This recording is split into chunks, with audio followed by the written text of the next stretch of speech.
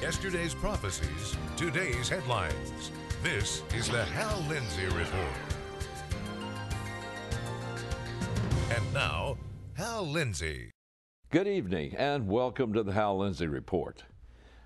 There's been so much controversy about the Cordoba Mosque and that Ground Zero and so forth, and I know you've heard a lot about it, but there are a few things that I believe are very important to say, and there are other issues that are just very important tonight, so please give attention and listen carefully. What if you were a Christian and no one could tell? Worse, what if you claimed to be a Christian and nobody believed you? What would that say about your Christian witness? What if you were the most closely scrutinized person on the planet and everything you did was put under a microscope? What if your comings and goings were so endlessly fascinating that merely taking kids to the ice cream store for ice cream is a major media event? If your entire life were played out under the harsh glare of the media spotlight, could anybody tell from watching whether or not you were a follower of Christ?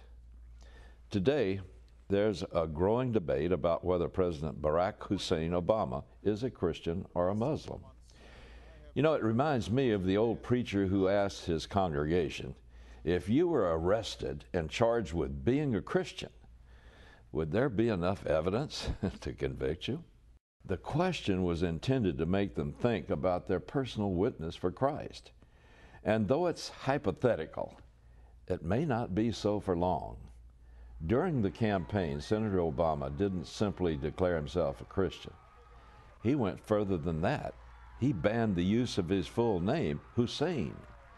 And the media went along with it on pain of being declared either racist or an Islamophobe.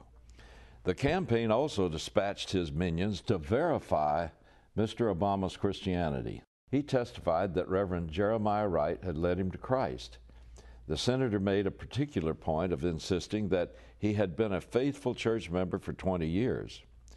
Of course, that asset became somewhat of a liability when he suddenly discovered that Reverend Wright was an anti-American racist who believes white people are devils and that September 11th was a consequence of America's chickens coming home to roost. But whenever possible, the candidate made a point of either telling people he was a Christian or sending out other people to remind us that he was a Christian. Last week, the presidential party traveled to Martha's Vineyard for a getaway. Aboard Air Force One, White House spokesman Bill Burton told reporters, "The president is obviously a Christian. He prays every day." What prompted Burton to make that explanation? It was the release of a recent poll, a poll that essentially asked that old preacher's rhetorical question, if you were arrested and charged with being a Christian, would there be enough evidence to convict you? A Pew Research poll conducted before the Ground Zero Mosque controversy asked Americans about Mr. Obama's religion. After observing him for the past 18 months in office, 1 in 5 Americans, or 20%, believed he is actually a Muslim. In a separate poll conducted by Time magazine after the president weighed in with his expression of support for the Ground Zero Mosque, that number jumps to 1 in 4, or 25%.